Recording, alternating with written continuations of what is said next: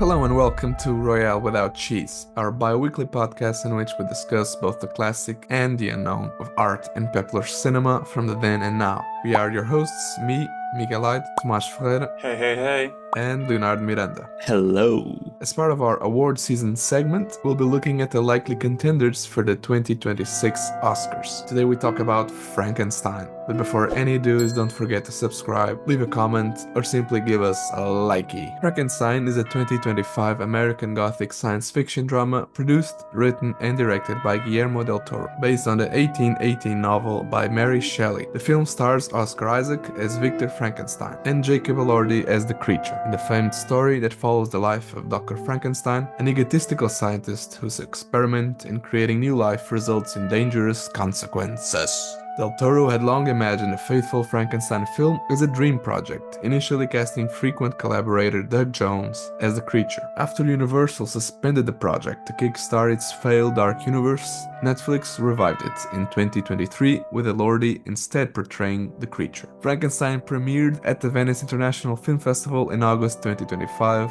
with a limited theatrical release. With generally positive reviews, it received 5 nominations at the Golden Globe Awards, including Best Drama. That's all bloody and merry, but what did Royale Without Cheese truly think of Guillermo's lightning bolt experiment with his long-promised creature? Was it all well stitched together or barely living? Fellas, what do we say of this monster?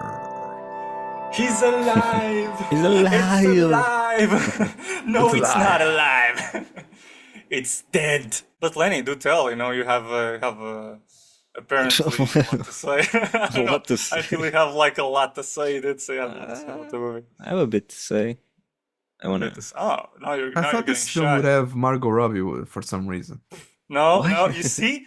I know why you're saying that. Because Wuthering Heights has Jacob Elordi and Margot Robbie, and it's a Gothic romance. And here, That's here it, again, that's it. you have a Gothic romance with Jacob Elordi, yet That's another. true. So, yeah, That's That's exactly true. it. because I showed you the trailer for Wuthering Heights. So, yeah, and we had a little chat about it. So, And we have another Frankenstein-ish film just coming out.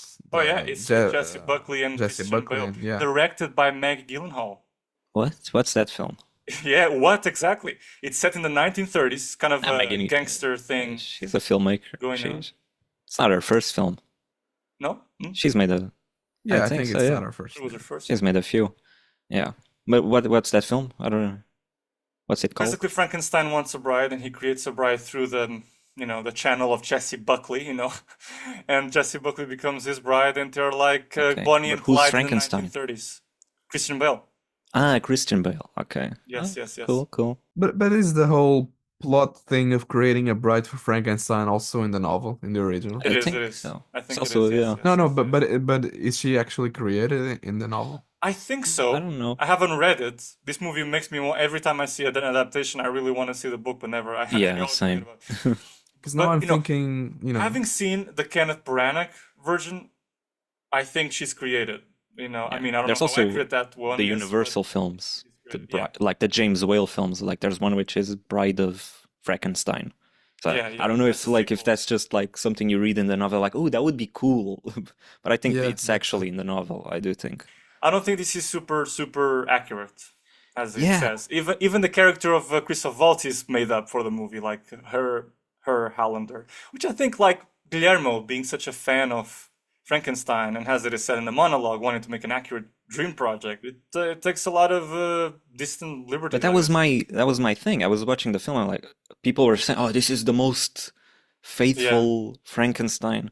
I was watching the film. Damn, they're like. I guess Frankenstein is probably a shitty book or something, like, because there was a lot of things I was like, I'm not sure about this. And then and I'm like, but maybe in the book it's better. But then I go read what is in the book, and it's like, oh, it's different. Like, it's nothing to do with this. Right.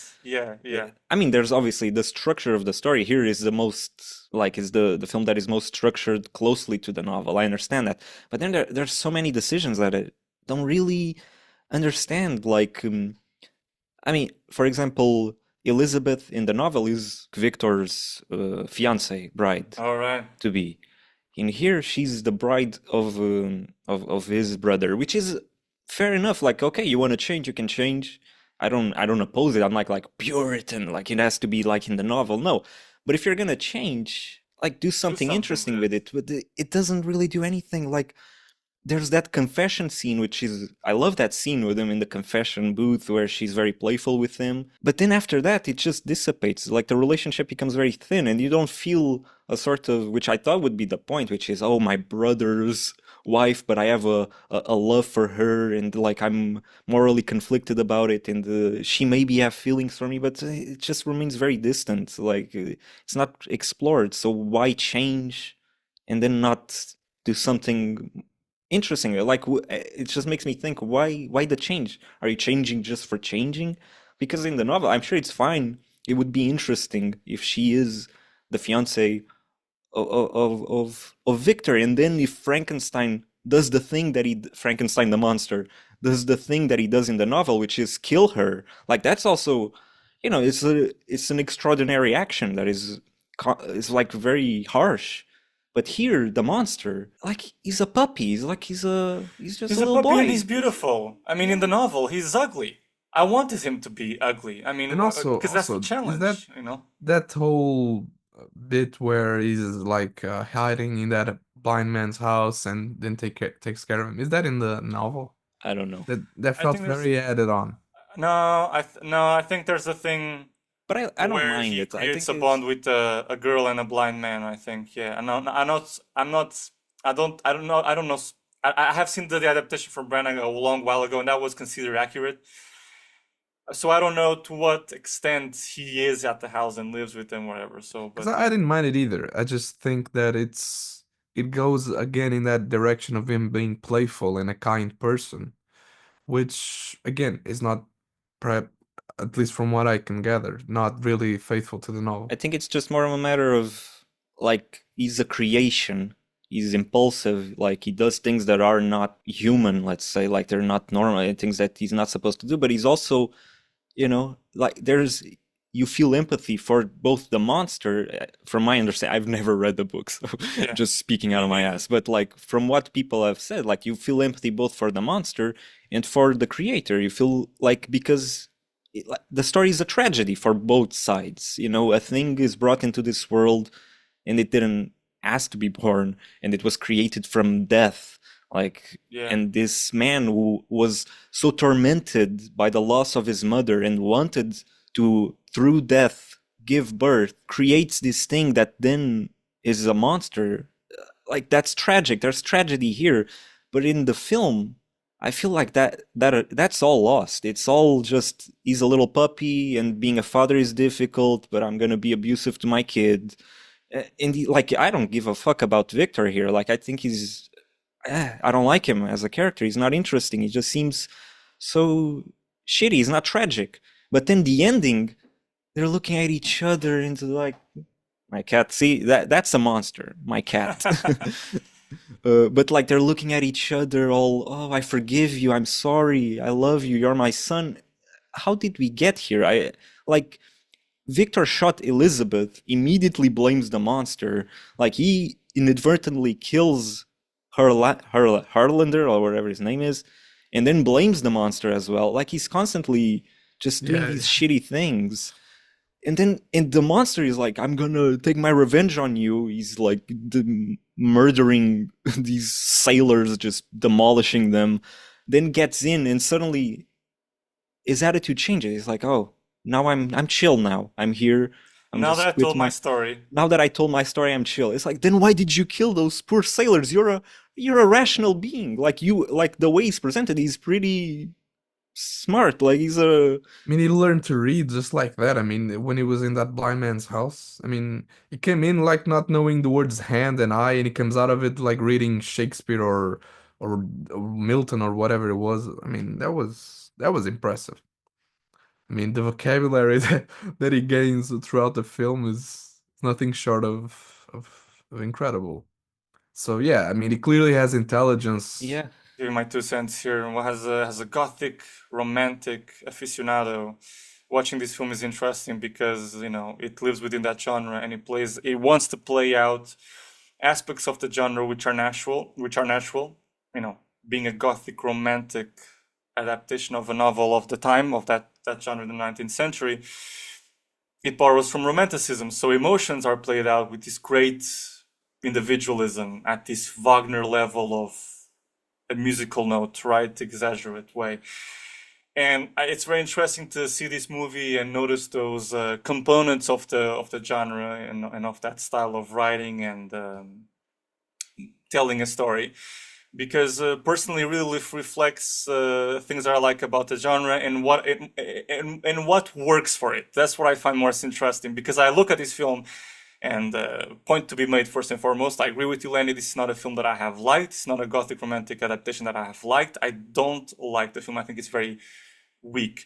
It has moments of truthfulness. It has performances. One performance in particular that is good, that of Jacob Elordi, but a lot of meekness. I like Mia Goth, by the way. So. Yeah, I was gonna say Mia Goth is fine. I'm sorry, I don't like Mia Goth because I think she's good in what she does, but I just do not connect with that pearl shirt. That pearl. I don't like her high pitched squeaky voice, and it's just it's not even that high pitched. And she kind of toned it down a little bit. It's when you have a physical response to a person that is just like, see, every time, it's not her fault, but it's just, I'm not into it. I'm not responding emotionally to her. I become shut off. But yes, she's a good actress. She's doing what she's asked for, So, but it just, I don't seem to connect with her presence. And, but going back to the ideas of the genre and how it works and what doesn't work, I see Nosferatu, I see Bram Stoker's Dracula, which are, it's the younger brother of Frankenstein, because Frankenstein was written first, but they are two behemoths of the 19th century that exist almost at the same time. You cannot think about Dracula without thinking of Frankenstein as well. They're like siblings in what they have created, or the open doors that they have created from the 19th century to the opening of the 20th century, and the seeking out of other genres that were exploring similar things. You didn't have German Expressionism in the 1920s with sort of films that were being made with Dr. Caligari, the creation of those monsters and etc. Then in the 1930s, you'd have Universal investigating those stories from the late 19th century with the various monsters, Invisible Man, Dracula, etc. that open up possibilities of those kind of creatures and kind of pulp fiction monsters being explored onto film. But the way that it works, that melancholy, that high emotion in Nosferatu and Dracula, it works because those performances are created at a high note in a very exaggerated way, but there's always a groundedness to them in the layers that the characters are created and the performances that the actors are giving, that it feels truthful. I see Lily Rose Depp kind of I'm becoming a romantic here. I see. In the distance. That double I see. Yeah, I see. I see. I was just watching like the other day. It was Stephen Colbert saying when he sees the thing, it's a cozy film. When I see Nosferatu, to me, it's a very cozy film. I don't know why. It's a cozy film. When I see Lily Rose Depp kind of on the beach and saying, "Don't you sometimes hear a voice in the distance? Destiny, the music is going loud." And I'm like, oh yes, I'm just going with her. It's amazing. Like there's a musicality to it and I'm transported to it. I don't know. I really am like in the moment, and I have to tie in, you're watching these films and there's almost something revelatory about how they play out certain kinds of ways of expressing a performance at that high octane level of the romantic, and feeling emotion with such intensity, but that doesn't feel cheap or fake. You still hear the inner core of what the characters are trying to express, even though it is such a high level, and it's just like, you're just like riding waves. It's like the whole thing is like waves and it's breaking. It's amazing. And I think, surprisingly, I was watching this film, and there's something about watching movies that are bad at doing the thing that you like, because it reveals why it works, I think. And then I was starting to think about, for example, John Cassavetes. It was a surprising thing because John Cassavetes is the same feeling, their performances, Gina Rollins, why I like her. I never connected John Cassavetes to like the romantic of the Gothic romantic and emotions or performances played at the high octane level. But it made perfect sense why I like, John Cassavetes movies, because you have characters being super broad and like, no, I can't do it, snap out of it, it's just being super loud. I imagine like Peter Falk and Gina Rollins and kind of having these huge bombastic arguments. What are you doing? Be yourself. Be yourself. And it's just like it's there. It's like waves, and they're riding the waves, and it's super intense. But you feel the immersion. It's amazing. But in this film, the thing is, the characters don't feel like characters. They feel isolated and they don't feel rooted in a reality. I feel like he's too distracted with the money that he has been given by Netflix to construct these huge sets that he wants to show in wide shots, always in this awful steady cam thing that is just going like this, bamboozling along the Looks set. bad. And and everything is flat lighting. The It's just like cinematography, it's very Yes. bright It's and jolly. digital. right. It's digital, and it's always this. It's everything is a cliche. Everything is a notion of beauty. It's an idea of beautiful, but it's not really beautiful. Or I mean, some things are beautiful. some things are Some things, beautiful. yeah. I don't want to And I destitute like the completely. gore. There's good gore moments. Yes, Yeah, yes, it yeah. is. But I'm speaking only in generic terms, like looking Generics, yeah, across yeah. the film. Like I'm not, there are things that the movie does has its moments of beauty and painterly beauty, like the monster going down the staircase with Mia Goth, that marble staircase with her and the petals falling. That's beautiful. For example, the monster at the entrance of the shack of the old man just after he was attacked by wolves and the snow is falling and you see the snow falling on him. That's also beautiful. But there are other moments like Harland and Frankenstein when they meet in one of the sessions where Harland is taking pictures to this model. He enters the room. It's a very bland thing where they're sitting down and he cuts across their conversation on a piano. Like the editing is like, let's see them from the back, let's see them from the side, let's see them from. And it's just, why are you cutting here, man? Like, why are you cutting? It just feels like you're cutting to the rhythm of things without real meaning to what they're saying. Not just the cutting, it's also the constant push-ins, Yes, push-outs, yes, the yes, movements yes. of I the don't like it. like. There's a conversation between Mia Goth and Oscar Isaac when William and Harlander they go to another room and they stay talking for one another for a little bit. The camera's just constantly like moving and it's like floating, but why? Stop. It feels It looks like so TV. It looks like a yeah, Netflix TV exactly. series. And Like, it's like stop. it's Guillermo del Toro. Like you know movies, man. You're good. Like you know, like somebody like there's that thing. Somebody made a joke, which is sometimes with Guillermo del Toro, you have to separate the art from the artist, but it's like the other way around, where he's a very good person, but sometimes he just makes very bad movies. Yeah, it's true. It's like I don't understand. It's Yeah. like And a great defender of movies. He's one of the members of the Film Foundation, and he knows a lot. But then yeah, you have some hits and you have some misses. And he's a very good craftsmanship director. He can create the worlds that are sets, very like lived obviously in the the sets. sets, And you it's, yeah. understand that this is from someone a very detailed eye and very good ideas. Like in the like, I don't like the movie, but I don't think it's like wildly horrible. Like it's just more. It's also that frustration of why is it not better? Like it's Yeah, obviously exactly. there's It's more of everything that. here to be better. Yeah, and I think, the image is digitized and bright. It really plays into that direction of he didn't want to focus on the tragedy that we were talking about of the novel.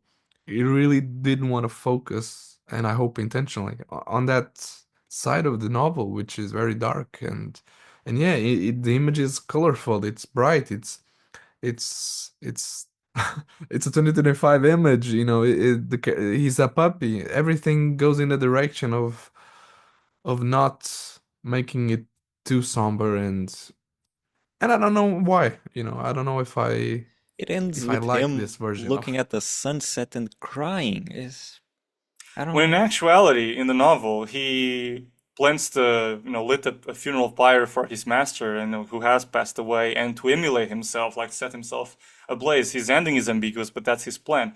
While here is much more, live, go out there. Is that positive? I don't mind this new Bittersweet. perspective, but I think you'd have to be weighed in more carefully Yeah. with who he Hmm. actually is as an essence. If you just ignore the fact that he's a creation of death, then you kind of question how he can be all of this too, all of this with all this kindness and innocence. Does it really make sense considering you saw these beginnings and it comes from this horrible mashup of dead bodies and the twisted mind of a creator focused on reviving someone. I mean, it then becomes a clash of who he is and how he was born. And even though I do enjoy seeing some of it and some of this perspective, I think it would have to be more balanced. with something else. Yeah, it's like Guillermo is enamored by him, and in that process, he kind of fell in love with him and forgot that he's a monster. That he Uh-huh, just uh-huh. wanted to make this beautiful version of him.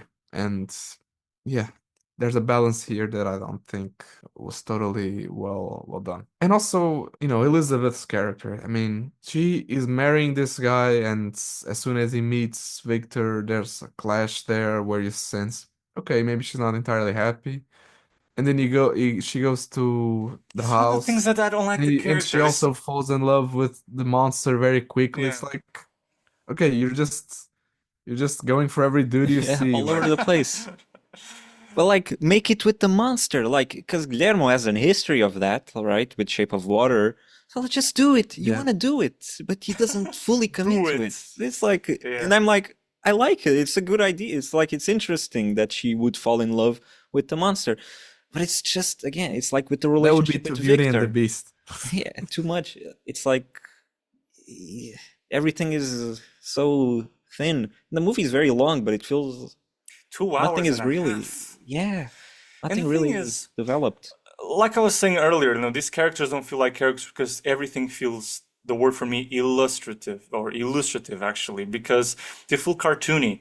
They don't feel like real people. They are isolated and not rooted in a real world. Because I feel like we start out this story and it's about this man retelling events gone past, and it's always given through this voiceover. Who, surprisingly, it is not that heavy. It's not always there, like a Terrence Malick film, but somehow there's not the balancing of, okay, it's not always there, but what we see in return, the images of these flashbacks, it's like we are dropped there out of a parachute on these realities, like him has a boy and etc. And I don't really see the relationships unfolding. Who is this boy with this mother?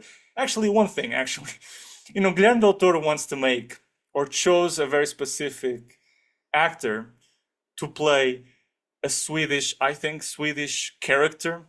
He's Puerto Rican, if I'm not mistaken, Oscar Isaac, and he wants to give to the film this lens of like a Mexican telenovela, melodrama quality, which he has expressed in his interviews. And so here we have a character who looks Puerto Rican, you know, is playing a Swedish character, but sounds British as hell. With one of the worst, I'm sorry, Oscar, like I really like him as an actor, but this is one of the worst British accents I have ever heard in my life, and it's really distracting. Like He was this, doing a British accent. I I didn't didn't yes. even even. Oh my God, he's always saying notice, honestly. he was Honestly, my I didn't he. even. Oh Yeah, me my neither. God, I oh thought he was my. just, that's the way he talks. I accept things very easily as well. It's like, ah, that's just the way I was, you're entertained. my director senses were tingling because I was like, he But was. in this The case, it's darkness in me was tormented by him. My brother was all giggles and laughs. I was all frowns, and I'm like, Jesus fucking. I was honestly, just. I didn't mind it, and I think it connects with what you were saying, and which explains why I accepted it too, which is there is a cartoonish side here, but it's that thing that comes from Guillermo in the way he depicts stories. I mean, everything he is not really set in real life. I mean, everything See, that's the thing for me. there's a cartoonish side to everything, Yeah, I which don't like. extends to the sets to everything. Yeah, I don't like cartoony. Like the thing is, with the Gothic romance, you can have these high octane performances which are really lived in, feeling split at an intense level. But there's always a root in truthfulness of feelings and emotion, danger, fear, urgency. Here, But that's it's that's different though. yeah, it is different. That's what I'm saying. No, That's but for I me. mean, That's it's not the ideal place where mutually you can. exclusive. I mean, the way the It is lightning rod exclusive. works. I mean, the whole thing inside with those huge batteries. I mean, this is all fiction. I mean, no way this is. You're not supposed to interpret this I as don't think you are realistic in understanding any me. I way. don't think you are understanding What me. I'm saying is everything that is being portrayed about his birth, about his story, is taken to an extreme level. Everything is But I exaggerated. know that. I'm not disclaiming that. I'm not saying the opposite. But I mean, in that case, then it should help to clarify that, if everything it lives in this area this of exaggeration, then the characters too, the accents too. I mean, That's not what I'm saying. I don't think you're understanding I me. think it kind of, No, no, no. I That's not think what I it said. kind of relates to what you're It saying. I relates don't know. No, very no, because much. you're I don't saying know why. You're saying that I don't accept exaggeration. Well, I'm saying I accept Here, exaggeration. I'm saying here. I'm not. I don't accept It's the measure of exaggeration that I'm saying. I know the lightning rods, the fictionalizing. Yes, I know all that. I Okay, like but all then that. the accent is like, whoa, no, It's a Swedish guy with a no, British. it's the cartoony exaggeration. You have exaggeration, Bram Stoker's Dracula. You have exaggeration, Nosferatu, plainly, and it's all very broad. I've just that was my whole mantra at the start of this thing. I don't like the exaggeration has played out in here because of the cartoony of the situation has this. The cartooniness I don't like. I think you can be exaggerated and not be cartoony, because when you are cartoony, you cut the umbilical cord to any real sense of people. Like I see this boy and he's like, I don't have a sense of who this boy is I with think his that the mother. cartoonish, it boils down more to to the plot, to the way it's structured, to the way the events unfold, more than like the accent. I think that's more what I've. The accent is maybe part the- of it. I'm speaking of that to the level of performance. Yeah, no, I'm just, I but think like it's if just the accent was good, it wouldn't be better. Like no, the movie wouldn't be. Of yeah, course, I'm that's talking about a different. But if it specific was detail. better, but if the events A were better building written, but the accent was bad, the movie would still be better, right? Like Keanu Reeves course. in Dracula is I'm not just good, speaking but the to- movie listen, we Yeah, like. and this I'm is a not- guy who defends Keanu Reeves' Indeed. accent.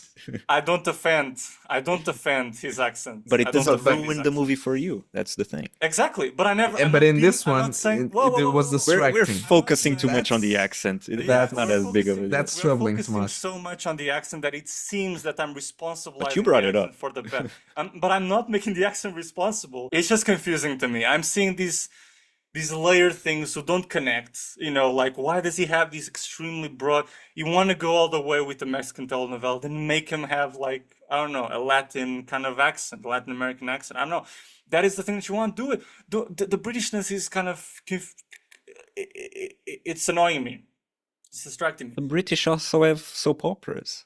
That's not. I know you're telenovela because that's his frame of reference, but everybody has telenovelas, not just. I'm not, No, you're saying that there's a conflict between the telenovela and the British accent. There isn't. Like you can. No. I'm not saying that. I'm saying there's a conflict between why is this guy a Puerto Rican actor with a British Who cares accent? about him But being yeah, Puerto again, Rican? It's such an again. irrelevant character. thing. You're making me defend the film. It's just weird to me that you have this crisscross of things that don't connect. Look what you made Don't love do. connect. Look at what you're making me do.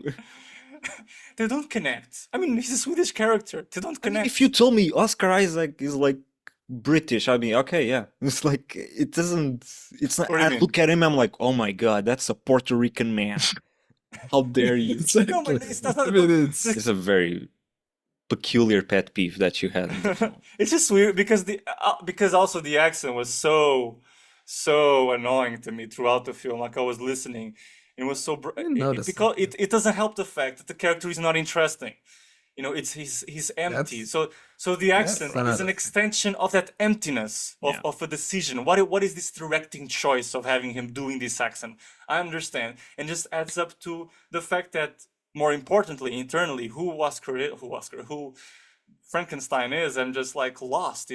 I just feel like every scene in this film is again illustrative, illustrative, as if it is always this montage sequence. I'm glancing by, I'm passing by these scenes, never really have staying power, and it's just like here's the day in his life where he was with his mother playing cards.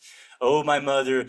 I had it all for me, and Dad, when he came, was a cloud, and I'm like, yeah. But I don't feel like I feel like I'm reading a journal, and it's not like I'm not with the characters. I'm not seeing them grow. Then suddenly he is in Ingolstadt, where it's actually in the novel is the city where he goes to create the monster. Which he doesn't create the monster in the city, but it's where he studies, as a surgeon. And suddenly he's there, or suddenly he's somewhere else, or suddenly he's, and I don't feel like, I don't see the characters making, I don't feel an active consciousness inside these characters.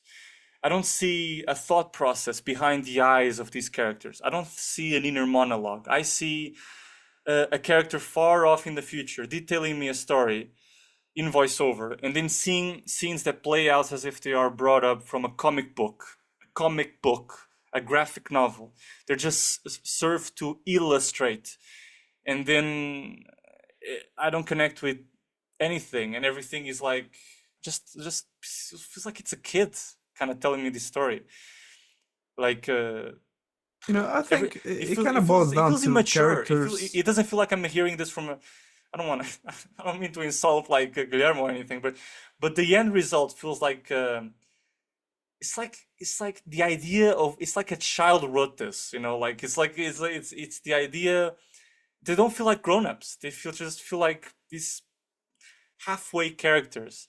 And the only interesting character that I had that clings me back to some sense of truth when I like to see is Jacob Elordi performing the monster, where I see truly moments where I am emotionally entangled with him. But I'll speak to that later. I think he's a shining star that really elevates the movie a little bit, but it's really difficult throughout the first half, and even later, to connect with the characters. They don't feel truthful characters. Specifically, we've talked about the character of Elizabeth, who seems to be interested in Victor, but then ceases to be. But then I don't see what's her interest in William neither, and marrying him. What is their connection here, really? I mean, and then it I think doesn't sometimes really. Guillermo wants to bring the characters to a certain end game, to a certain point, and it's like, okay, how do I get them there? And from there, how do I get them from another point? It's like, I can see what you mean. It's like he wanted to end in a certain way, and he wanted to have a certain midpoint, and but in terms of the organic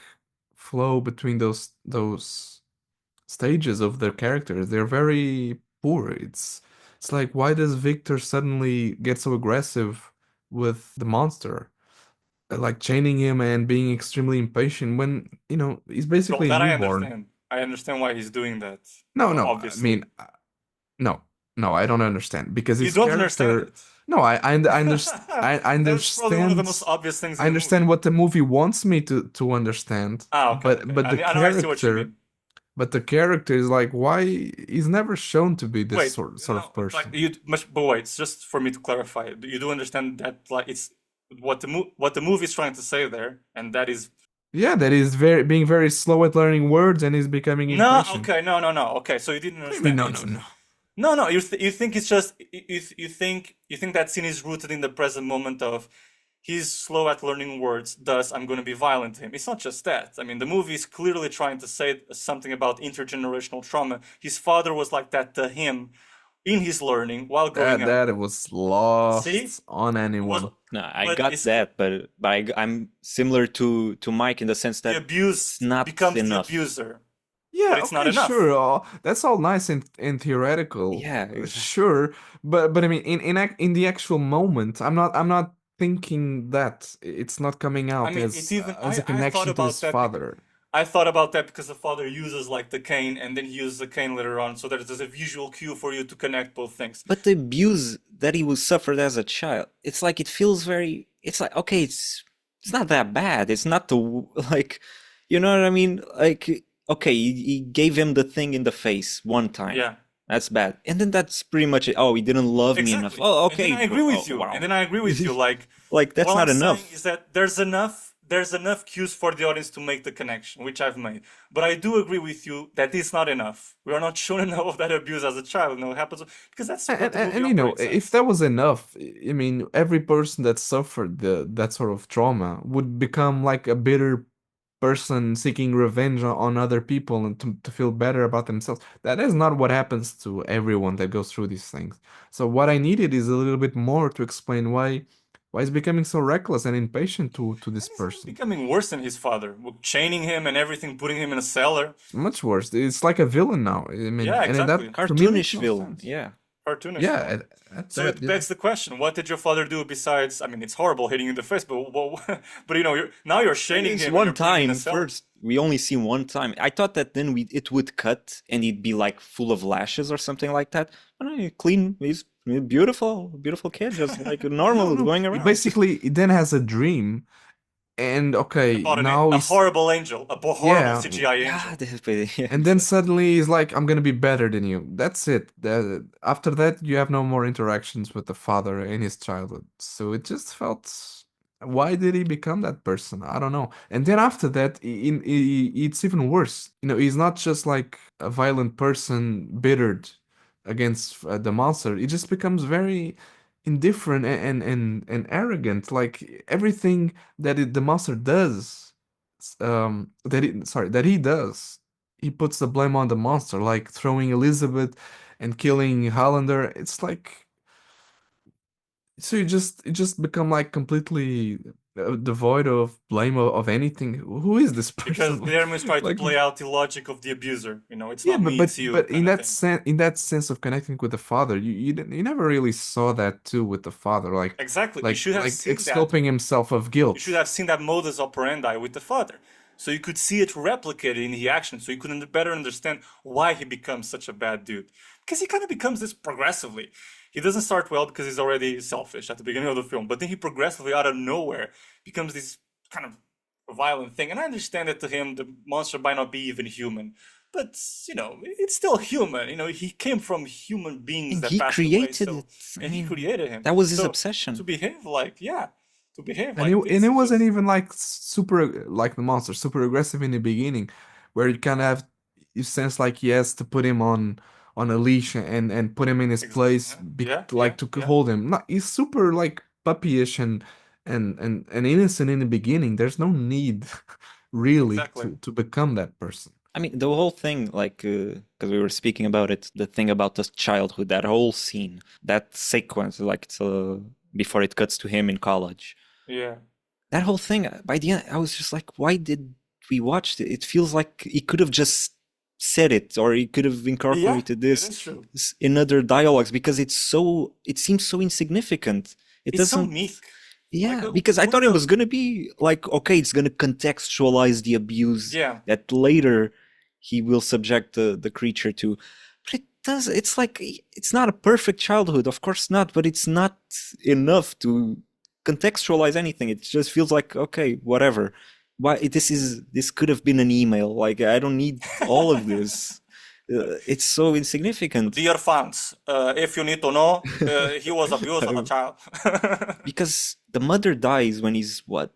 He's a kid. He's 12. I don't know how old he is. And I do love that image of the mother in the coffin. Like, it does a lot Yeah, of heavy lifting of, like, okay, that could be haunting to a kid, like the image of your mother dead. I get that, but then it's many years later is when he goes to college and develops this obsession with conquering death. It feels like you had enough time to kind of work through your trauma there. Like, okay, it's still a mother dying, but it's like it's such far ahead in the future that it feels like it's too disconnected. That's why the film could have Yeah, yeah. started with him already in college. And then through dialogue, you understand, oh, his mother died, and that still haunts him. But because you see him as a kid going through that, it feels kind of disconnected. In the novel, the mother dies when he's 19, like, and then he goes to college. It's like a short span of time. But in here, there's quite a distance. So Yeah, the jump toward to him suddenly being in college, giving that presentation felt really off because suddenly he's this crazy ambitious guy doing this talk, like almost like deranged in the way that he speaks and the way he believes in this conviction. Yeah, for me it was that jump, that disconnect that you said. I mean, the childhood, albeit not perfect, was not terrible. yeah. And then the jump towards college being this super regular childhood in a mansion. yeah, I But I mean. Yeah, mean, yeah. But I know, it's just but the funny. jump itself, the disconnection between these two moments, I think it's what bothered the film, what made the Yes, no, characters definitely. That seem inconsistent. But like the childhood is like the mother, that opening shot of the mother kind of going up everything is like, see how much money I have and I spent on stuff like the help going down the stairs or having this big veil. Where are you, Victor? Where are you, Victor? And the kid being a horrible actor. Here, mama. Here, mama. It's just it doesn't feel fluid. And cut to this and show the big staircase where the father comes to the house and she's just there with a veil. There with the veil. And I'm like, and he comes out of it and just like, it feels staged and meaningless. I really don't like the way that everything is staged in that childhood thing. And then the only moments of connections between the mother and the kid are like playing cards. We are connected because we play cards, etc. And then, I have to go through, pregnancy now. And she does. I don't know, it's just, everything seems like a badly sketched idea of mother and son playtime. Oh no, she dies, just so just annoying. And the And the ending, kids. and towards the end, we also have a really weird way to sort of get at the prologue in a sense, where we will start in the boat and he's telling the story. Like the way we actually get to that moment felt so strange, because suddenly he's chasing him, but also being chased. It's like we don't Uh-huh. know who's chasing who, It's like and suddenly we're a in the game of middle of catch. the Arctic, and for some reason I we are mean, in the North exactly. Pole. Like Like they're off in a that, boat, but suddenly that we is have pretty two funny. people walking, like chasing each other. I mean, Like what's this funny is that is some need to get there by boat, others just go on foot, which is pretty funny.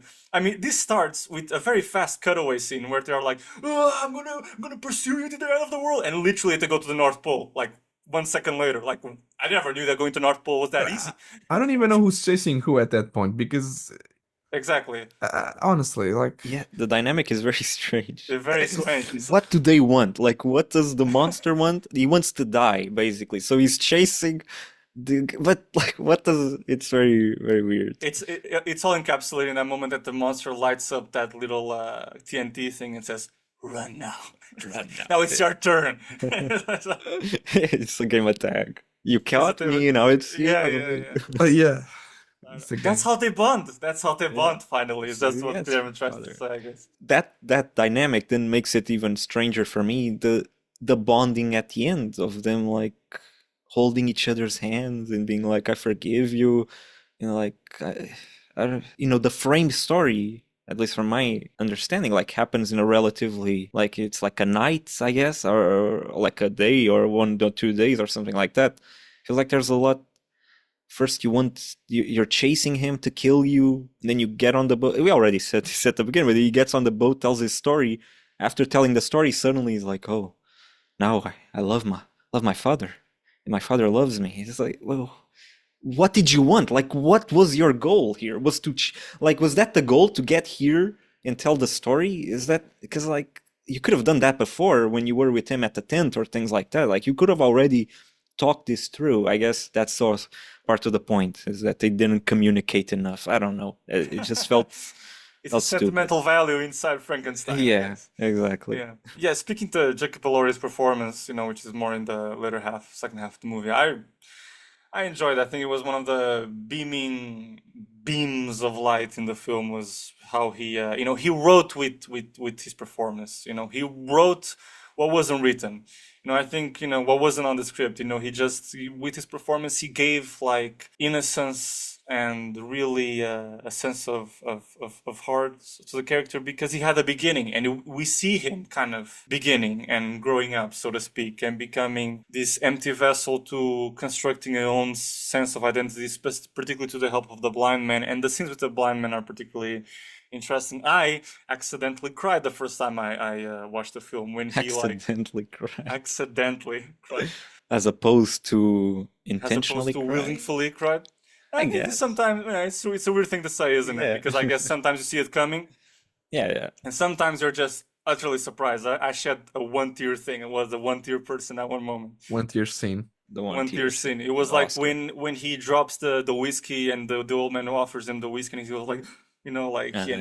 he's afraid of what might be the repercussions because he has the memory of being abused and so forth by his father, and the old man responds with kindness and without hurting him, and I had like an immediate reaction to it. So he was very able to play out that kindness. It's just a shame that together with the kindness that the beast has, there are moments of like actively doing things wrong and killing people because he doesn't know any better. I think perhaps that is more in the novel, and probably the loyalists to the novel criticize more with the movies that he's far more violent in the novel because he doesn't know any better. While here, when he resorts to violence, is because people have already been violent with him, so it's the last resource.